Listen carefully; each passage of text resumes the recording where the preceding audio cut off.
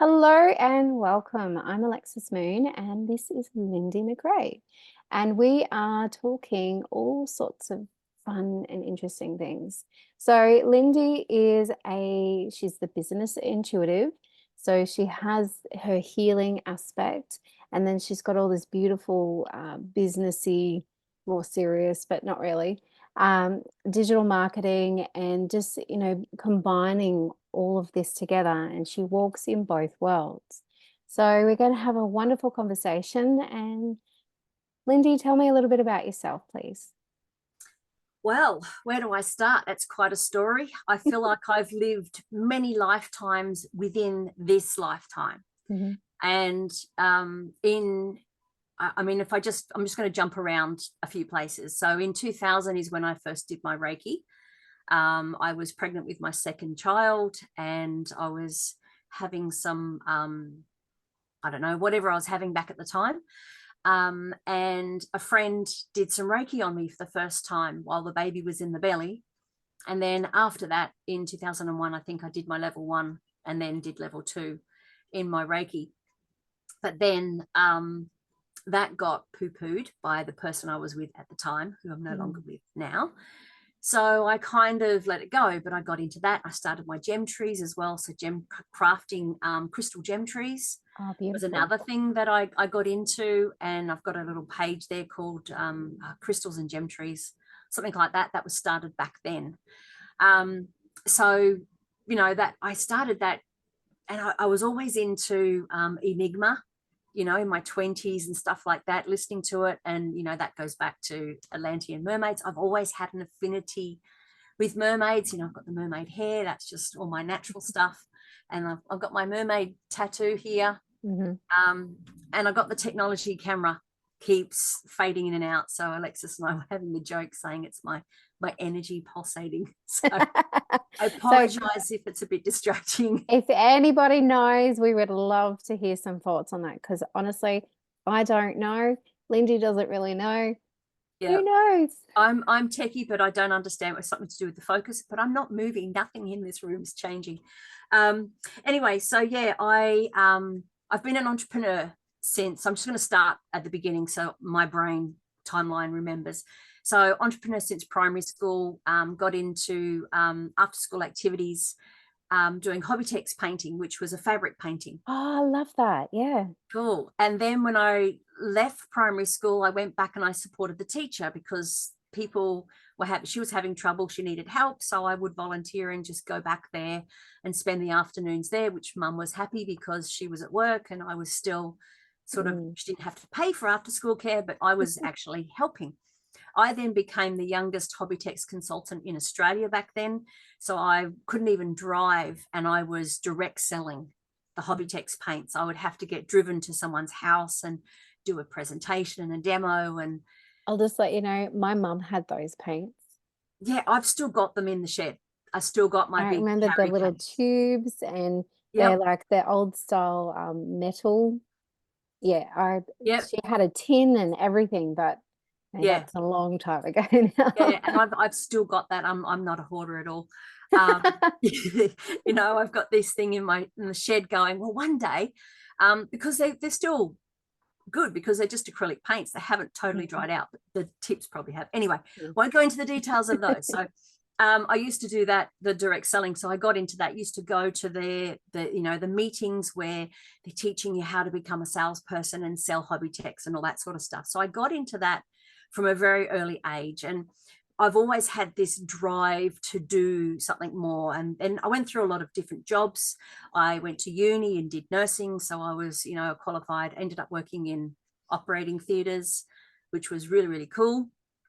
I loved that. But then I went and did my RN. So then I was working at that. But then I left that because it was too indoctrinated and I just became a pill pusher and writing notes and was removed from back at the time when I was doing it in the hospital I was in. There was no real care. I wasn't allowed to have the time to care for people, whereas as an enrolled nurse I was, which I loved that, caring, still do. So anyway, I got out of the nursing, which again, the husband at the time didn't like. Goes, well, what are you going to do then? I went, I don't know. So back in, and I'm just going to go back. So in my daughter was born in 1996 with clicky hips, and clicky hips is hip congenital. It can be congenital or some, yeah, it's congenital. But she was born frank breech, both legs up, yeah, like this. And there was nothing around on what it was. So I was stuck at home with a baby in plaster from chest to ankle. Went looking online. So I inherited my parents' old 486 computer. A friend showed me how to go online. That was the days of dial-up modem. And so I charted, and yeah, so watching images load really slowly down the screen, tick, tick, tick, tick. So, and I still talk about, I actually did a video the other day about that, because people still just don't optimize images. Anyway, that's another detailed thing, going techie on you. So yeah, the dial-up modem, ICQ chat was a thing back then. So I created, I went looking online, there was nothing. So I created, back then was what was called, God, what are they called? Memory books. I can't remember the proper name for them now. But they were little page, you could create little web pages anyway. So I created a resource for people about, I just started, like you said, I shared my story of my daughter and what I did to help her. And then other people were coming online and finding it and contacting me, and we started chatting. Then because I was stuck at home, I needed a way to connect with mums. I couldn't attend the child play groups. So I was very isolated, and I do believe I developed postnatal depression just because of what I was going through. It was pretty rough, and she had a severe case of it. So she was in a Pavlik harness at 6 weeks, and plaster at 6 months, and plaster again at 3. So it was a long journey. Anyway, so I just documented all of that and shared and created that.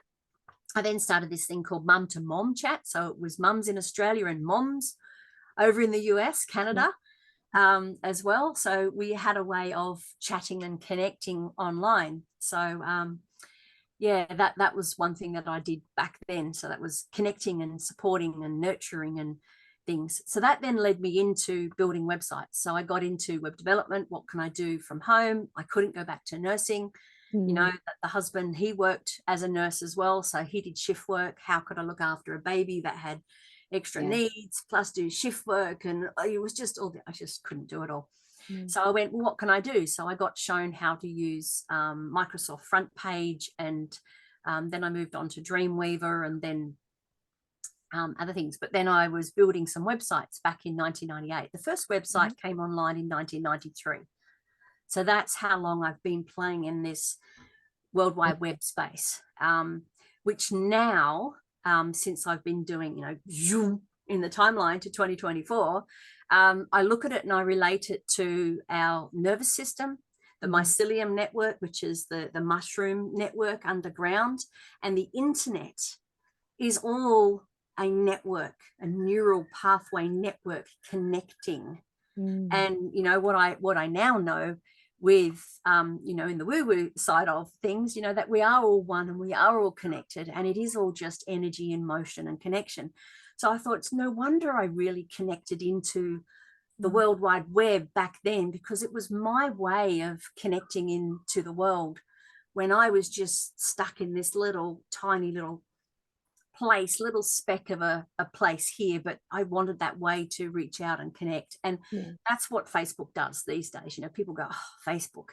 However, if you use it effectively, it's a good connection tool, and it's a way now of marketing your business online that's easy to share a global message. I mean, yes, it has algorithms, and yes, they have some control, but there is control in everything. So you can look at it and go, that's a negative, or you can just go, it just is, okay. And then adjust how you do what you're doing so that it follows the rules loosely. It's a free platform after all, and you sign an agreement when you actually create an account. Anyway, so started the web design stuff way back then, and did websites for a while. And I remember going to the hubby with my check, going, look at my check here for $227, whatever it was, and this was for 6 hours work. And he just was like, because that was sort of unheard of money for a little amount of hours, but getting paid for sitting on the computer. Yeah. How is that possible? Mm-hmm. You know, so then I ended up with 3 kids, and that sort of all went by the wayside a little bit. One of my journeys, my 3rd child, I had bladder cancer. So at the 12-week ultrasound, it was picked up that I had cancer. And, you know, if you look at Louise Hay and Miriam Stoppard, is it? The definition of that is I was pissed off with my life. And I remember standing on the driveway, saying to the husband, please don't stay with me, because we were on the verge of splitting up when I found out I was pregnant. So I said, please don't stay with me because I'm pregnant and I've got cancer. And I was solid in that. I meant that. However, male loss of face, whatever, he just went, no, I'm not going anywhere. So young, you know, third child born into domestic violence, because we both didn't want it. It just didn't work. It was very rocky, bumpy, rough, da da da da da. Anyway, so that progressed, and I finally reached a point of wanting to die. And it was like, I've got to get out of this. So I went, what are you going to do, Lyndi? So I had to be the one that stood up and went, this is not working. I've got to get out because I want to live. I've got 3 beautiful children. They are what kept me here. And I've done a lot of healing to process that. Previously, I didn't used to be able to talk about this without breaking down and going back into that experience and things, but it doesn't hold any energy anymore. It just was, right? Just was. I wanted to live. I was determined to live and become a better person. So then I left and I went, okay, what do I do? So that's when I dived back into my technology and connecting and Facebook. And so that was 2009, 2010, got into the digital marketing. And that's when it was all starting to take off again. Because back in 1998, people were like, oh, the internet, that's never going to be a thing. Who wants a website? No one's ever going to use a website. You know, and I used to say HTTP what? Because a friend who was an IT guy got me into it. He used to go, oh yeah, go to this website, http://www.org, and he'd say it that fast, and I'd be like, HTTP what? now it's HTTPS. Anyway, that's another techie thing. Yeah, came back and got back into the marketing. So then I went to how to write a bestseller, because I was like, right, I'm going to write a book. I want to document my story. And because in the gap of having children, I did direct selling, and I started doing selling kids books. And so I was into the direct selling, and then I started doing scrapbooking, and I ran scrapbooking retreats with 60 people and stuff like that. So there was always a something. If I liked to do it, I then bought into it to get the products cheaper, but then also pass it forward. And I still do that to this day with things. I still buy, if I can buy it wholesale and I can on-sell it, I will sell it for a little bit below the standard retail prices and things, just to pay it forward to my community. You know, it's not, I mean, yes, I do cover the costs, and there's a little bit of money in there for me, but some people go, I'm going to take a lot, whereas I'm like, I'm going to share this. Don't know if that's the right way to do it or not, but it's just how I do it. Who says there's a right way to do anything? Yeah, that's it. There's no right or wrong, is there? It just is. So I'm trying to make the story interesting. There's lots of different things. So yeah, I got back into the, particularly it was Facebook. So how to use Facebook for business. And when I would go learn things, I would then work on it with the clients. So I would go learn, and then I would apply. I would learn and I would apply, and I'd be applying it to myself and to clients. And so I started doing that. And that's, you know, how I then gained what I call the unconscious competence. And another reason why I have that, and I didn't know that at the time, is because my working memory doesn't always keep up with me. And I'm still working on, you know, getting my connections and this working memory happening as good as I need to. So I learn things so that I don't have to think about it. And that's what I call the unconscious competence. I'm not thinking, I'm operating from here, which is what I actually know it is now, is I'm speaking my truth. So therefore I don't have to think about it. Ask me what I said a few minutes ago. It's like, I don't know, because it's not scripted. It's just Exactly. I'm tuning in, and that's where the business intuitive stuff comes from. Is I've learned it enough and understood it enough to just intuitively go to wherever we need to go to, from the web techie side and into the deep journey work side.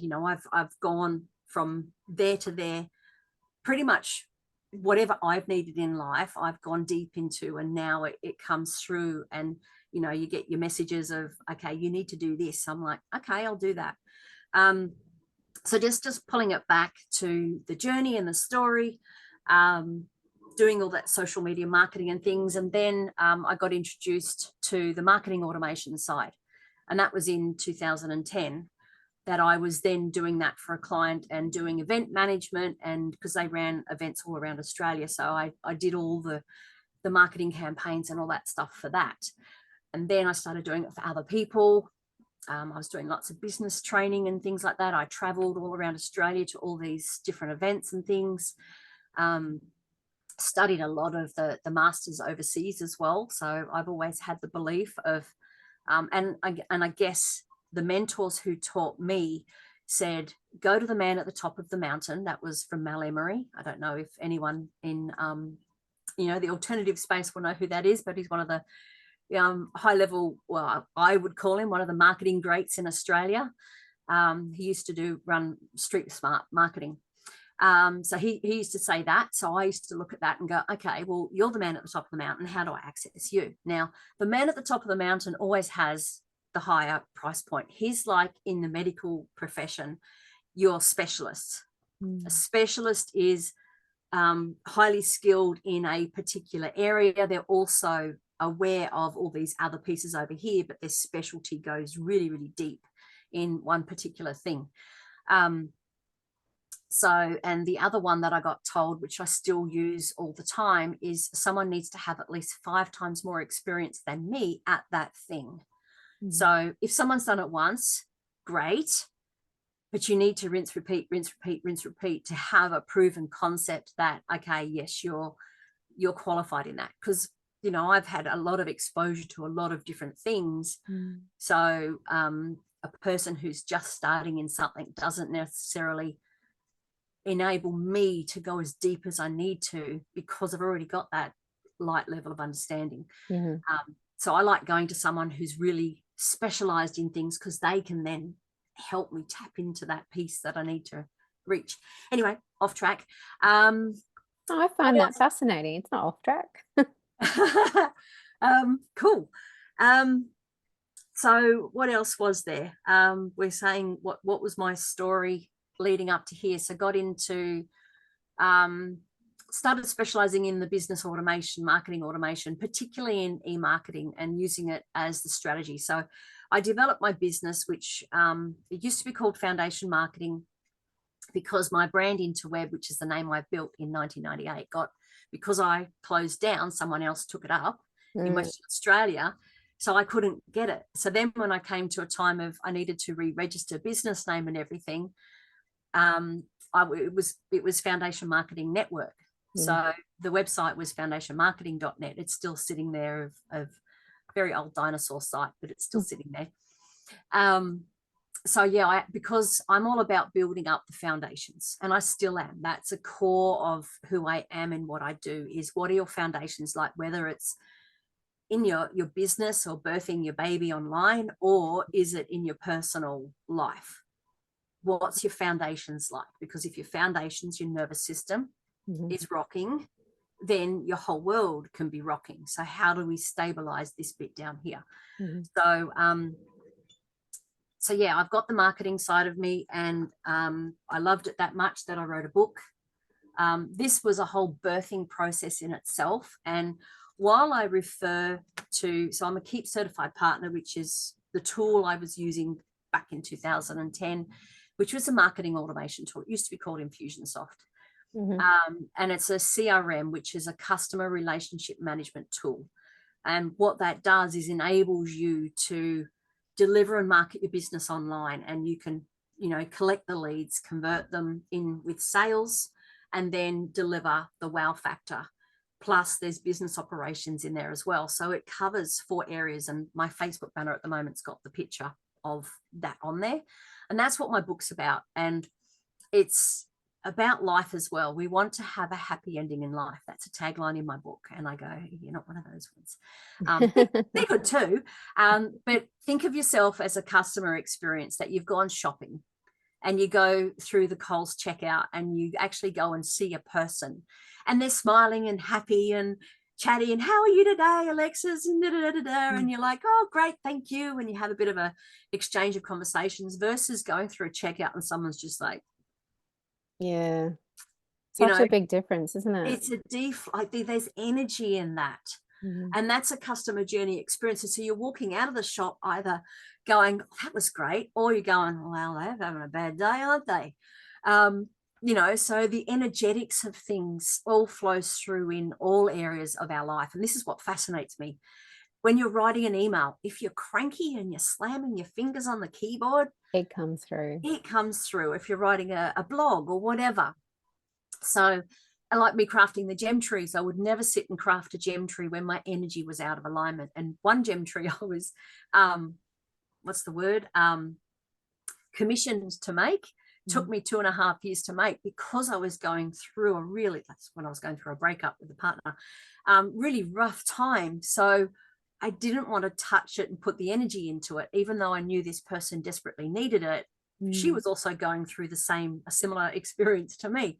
So I thought, no, we don't, So anyway, by the time it was birthed, it came out absolutely beautiful and she was stoked about it too. Wrote the book. And the other thing I started doing was I got into my own personal healing journey. And,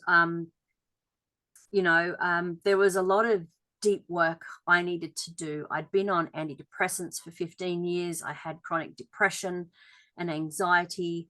And I literally, when I had to get out of that life, I just took myself off the medication. I just stopped it. Don't recommend that because the brain zaps and everything was horrible. But that's when I woke up. So if I'd stayed on in that cycle and stayed doing the same thing, I was going to get the same results and I probably wouldn't be here because I was miserable. And it was slowly killing me in a fast way. So got out of that, got into doing some deep personal journey work. And that was assisted with certain medicines and things. And in all of that process, I just tuned into more and more to myself. And that's when I got introduced to ceremonial cacao, which is, this is an empty bag but the ceremonial cacao. And I started using that. And this is, 5 years now.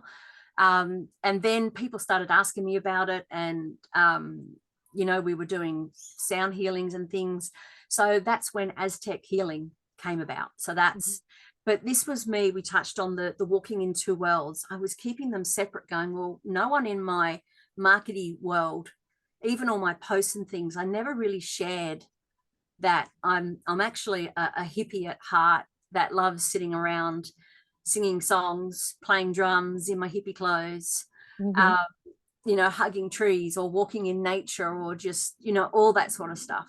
I never shared any of that because I thought, oh no, I have to be more, corporate-y, markety. So I was trying to fit myself into a box that wasn't me. And someone said to me, what would be your ideal thing? And it would be to be, and I don't know if I'll ever have this courage, but I would love to be that public speaker that walks out on stage in a yoga pants and a t-shirt and goes, yeah, I'm the, something like that was the joke. Because I used to work in my yoga pants all the time because I was walking and stuff. So it was the only way for me to walk was to actually be wearing the gear. Now I swim because I can't walk at the moment with my feet and back. So again, it's all energetic alignments and stuff happening, and sitting at the computer for too long as well. So do you feel that was like the evolution of coming to that place where you are able to walk in both worlds and merge them? Because really there's nothing separate. It's only our idea of separatism. My thing was, because I told you about my background, my career started with admin and then into finance. Then when I had my children were definitely my little spark to say, hey, let's, go do healing work. And I started with crystals, and, just this whole world was opening up. And I was still doing temp work and I was still doing finance, but it wasn't working. And I didn't talk much about what I was doing. Like if one area was corporate, then I wasn't really talking about, what my hobbies or what I was doing in my spare time, which with children, there's not really spare, is it? But then I Yeah. went wholeheartedly into that and basically threw out the business stuff. I'm like, I don't need that. It just doesn't work for me. And that didn't work either. And it's almost like there was always a piece missing. And it was because I wasn't being truly me, because I had all these layers of, expectations. And so do you really feel that, the plant medicine and whatever you actually helped you with your evolution and your growth, that actually helped you to combine that to come to that place of this is me, love it or leave it, and just kind of be more accepting of yourself? Do you feel like that was just an evolution, that there's no push, there's no trying to do anything, it was just this natural evolution? I'd say there was no pushing, there was definitely a pull. So what I mean by that is it helped me. So plant medicine just allows you to see yourself like in pure, it reveals absolutely everything, depending on where you go and what you do. That's a different conversation. Yes. But some just take you straight there and you have no choice, and you get to stand in a wall of mirrors and you see every aspect of yourself, and it's realizing that true oneness of all that is. And it is getting over your own way. But I had a lot of indoctrinated, imprinted programming that Lyndi on her own wasn't able to shift. So I tapped into different modalities, and I went and I just would tune in, and I started listening to my body more, and I did medical intuition training to be able to tune into that more. Even though I've always told, you've got it within you, Lyndi, you've got it within you, Lyndi. I didn't believe it. So sometimes it was still seeking an external, not so much a validation, but just an external input reflection. And in human design, we have pieces in our body, and sometimes if you don't have a piece connected, you're tapping into another human which has that piece, which then connects yours and allows a message to travel from your solar up to your brain or to your throat. So that's why I tap into other people sometimes, is because I need that connection. You know how sometimes you're with someone and you come away from it and you're all fully energized and going, oh, wow, that was amazing and stuff. And that's because you've completed each other, so to speak, or connected the pathways. Or sometimes you're with someone and you can't get that conversation happening. And that's because both of you have got a disconnect in the part of connect. I'm doing the drawing with the hands, sorry. Yeah. The That's connecting okay. of yourself to allow that to easily flow. So but did it help? Yes. So it brought it back to me, and I guess it's the I'm forgetting what that phenomenon is. What's that word? When you start the RAS, when you start blue cars, I want a blue car, and you start seeing blue cars I know exactly what you mean. Reticular activating system. Yeah, the RAS. Yep. Yeah. Yeah. So I started seeing more and more spiritual people who were marketers. And I'm thinking, well, hang on, Eckhart Tolle is a spiritual person, yet he has marketing. Tony Robbins, personal development. Yeah. Yes, he's got his Christian ethic in there, but he's still marketing. There's lots of them. So I just thought, why are you holding yourself back, Lyndi? So I just started introducing it, and that's where the business intuitive came from, because part of what I do, yes, because I was known as the techie marketer. Mm-hmm. And I'm like, but I'm more than that. I want Yes. people to see me. I feel invisible. And so, you know, I used to pride myself of being the hidden secret weapon for clients. And, you know, I've always been building everyone else up, but I wasn't worthy of it, or I was too shy and I would hide away or whatever. Even though prior to, because the domestic violence stuff was quite a traumatic end in life, caused a lot of different things. So I was down. So I had to peel off all these layers to come back out and go, hey, it's okay. So, and that took a lot of work. It wasn't an easy journey, but I was ready for that. So I dove into that head first, and I had to tap into experts. So, you know, I have coaches for different areas at certain times. So I've always reached out, and again, that was a thing that I wasn't able to do. So, and I encourage everyone, and for me, I say it starts with a conversation. You don't know unless you ask, and there is no such thing as a stupid question. As they say, the only stupid question is the one that you don't ask. Yeah. And collectively, oneness, there is someone else that is too scared to ask the question, so ask it for them. Yeah. So reaching out and having that conversation, and, you know, we don't know what we don't know in this space. And, you know, I don't prescribe stuff for people until I've had a conversation with them and diagnose what your actual need is. Yeah. So I get messages often, oh, Lyndi, what do I do here with blah, blah, blah? And I'm like, well, I need more information before I can tell you anything. So let's have a chat. I have a free 30-minute chat. Sometimes it goes for longer than that. It just depends on what's needed. Sometimes they come to me and it's not actually, they're not coming to me for that thing, which is interesting. So I started, what did I say about the pull? So when I tuned into my body, you know, we often can go, oh, I've got to go forward, and I'm leaning forward with my head. I now get this.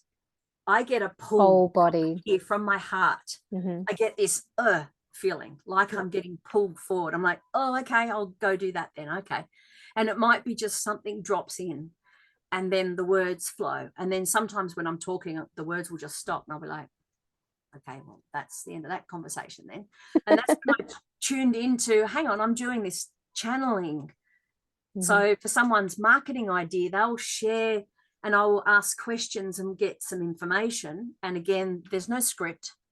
I don't follow a list of questions. I used to when I first started, but that soon went out the window because it just didn't flow for me.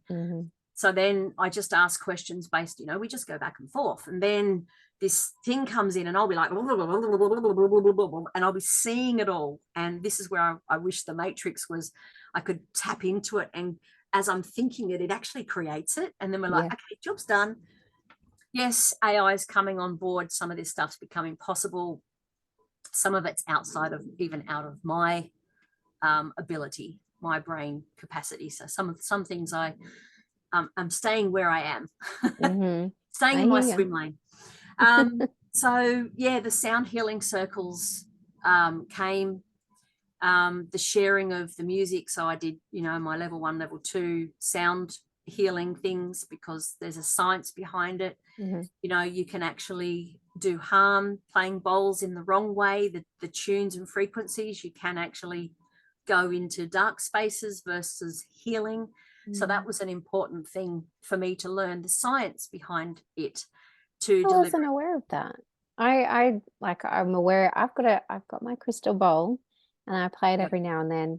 It's usually just for me, but I wasn't really. I mean, that makes sense, because there's always going to be shadow and light.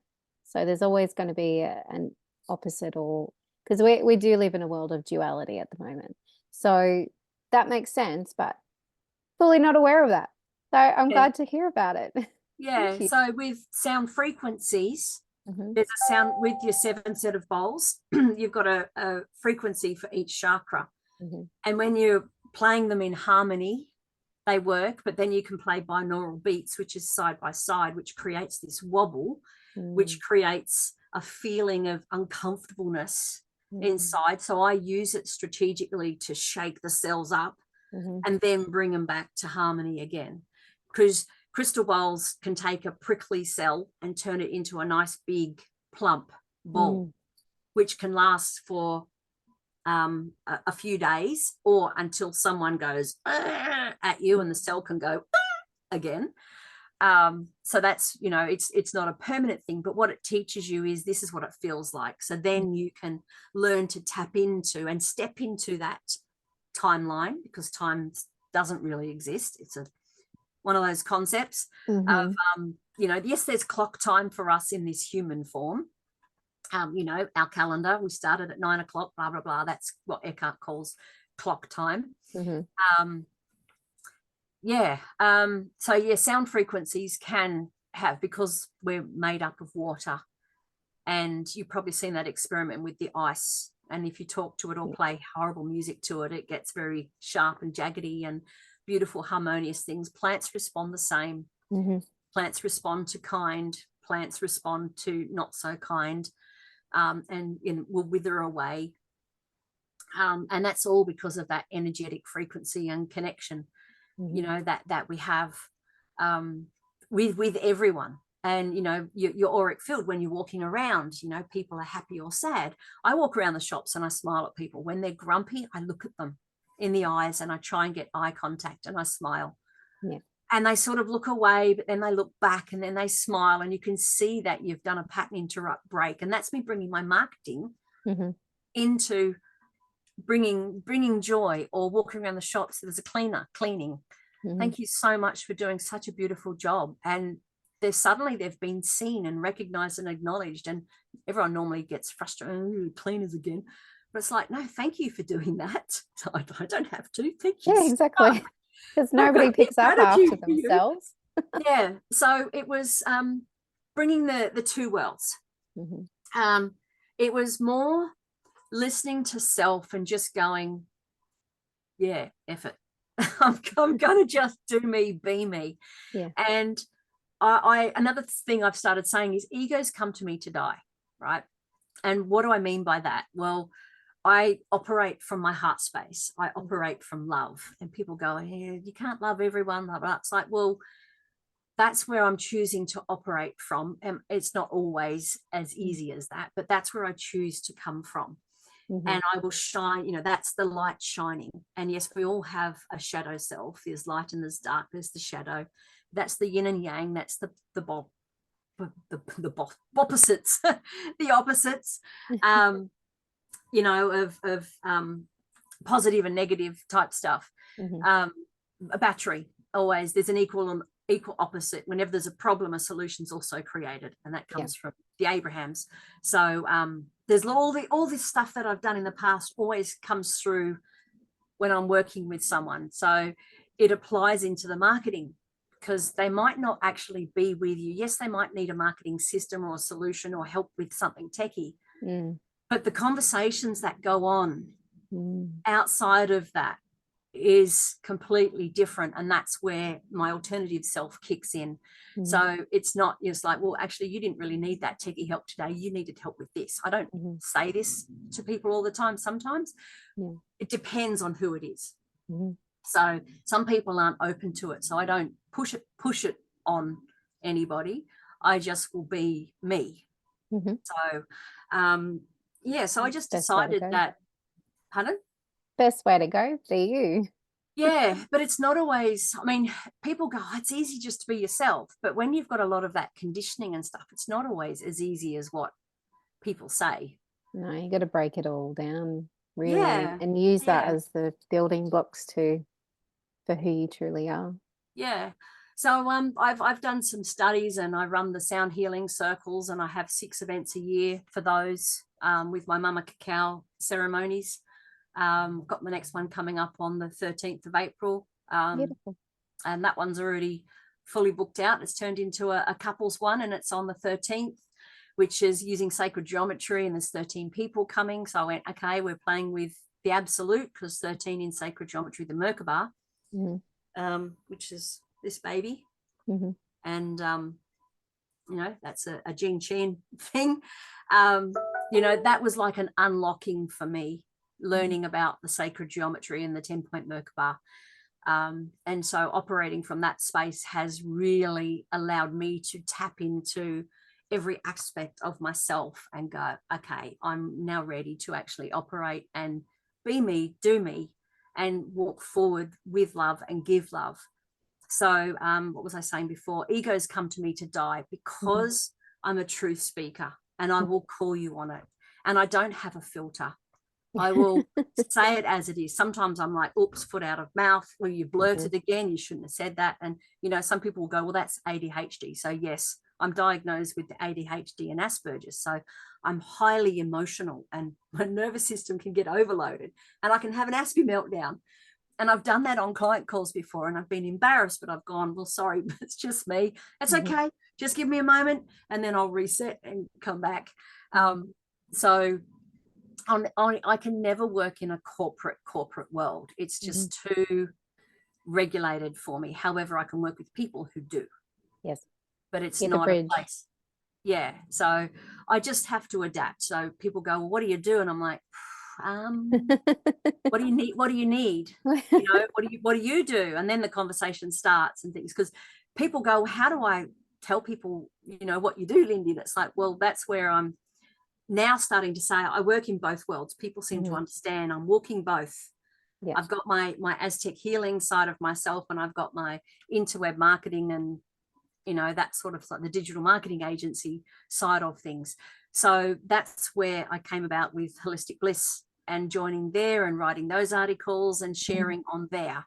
Because even if we're in a healing business, it's still a business. Yes. We might be giving love, coming from love, and it might start off as exchange, but when you exchange, you need to gather testimonials. You still need to build a database. You still need to build your courses and deliver them, and you've got to promote them and all that sort of stuff. So I just went, well, I understand that, and I understand this. And I'm like, here you have it.